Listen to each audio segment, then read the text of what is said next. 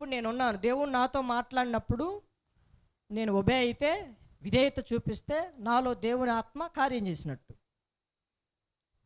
మరి అదే దేవుడు నాతో మాట్లాడినా నేను దాన్ని శిరసా వహించకుండా పెడచెవిని పెట్టేసి దేవుని చిత్తాన్ని పక్కన పెట్టేసి నా ఇష్టానుసారంగా తిరుగుతున్నానంటే కారణం నేను భ్రమలో ఉన్నాను అని అర్థం. కాబట్టి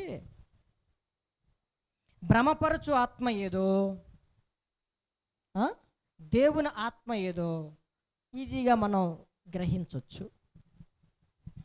కాబట్టి చాలా ఈజీగా మనల్ని వాడు ఏం చేస్తాడు, నీకు కొన్ని కోరికలు ఉంటాయి. దేవుని వాక్యం విన్నప్పుడు, ప్రభువా నేను పరిశుద్ధంగా బ్రతకాలి, నీ కొరకు బ్రతకాలి, ప్రత్యేకంగా బ్రతకాలి, లోకమునికి వేరుగా బ్రతకాలి, రోల్ మోడల్గా బ్రతకాలి, మాదిరిగా బ్రతకాలని మనకి కొన్ని కోరికలు దేవుని వాక్యం విన్నప్పుడు పుడతా వస్తాయి. అది ఎంతసేపే, అది ఈ బడిలో ఉన్నంతసేపు. ఈ బడి దాటిన తర్వాత, ఇది అయిపోయిన తర్వాత మిగతా 6 రోజులు ఆడబడి మన జీవితం ఈ విధంగా విరుకుని పడిపోయింది. అయితే దేవుని యొక్క వాక్యం మనల్ని ప్రోత్సహిస్తుంది. నువ్వు భ్రమలో ఉన్నావు, ఆ గ్రహింపులో నుంచి నువ్వు బయటికి రావాలి.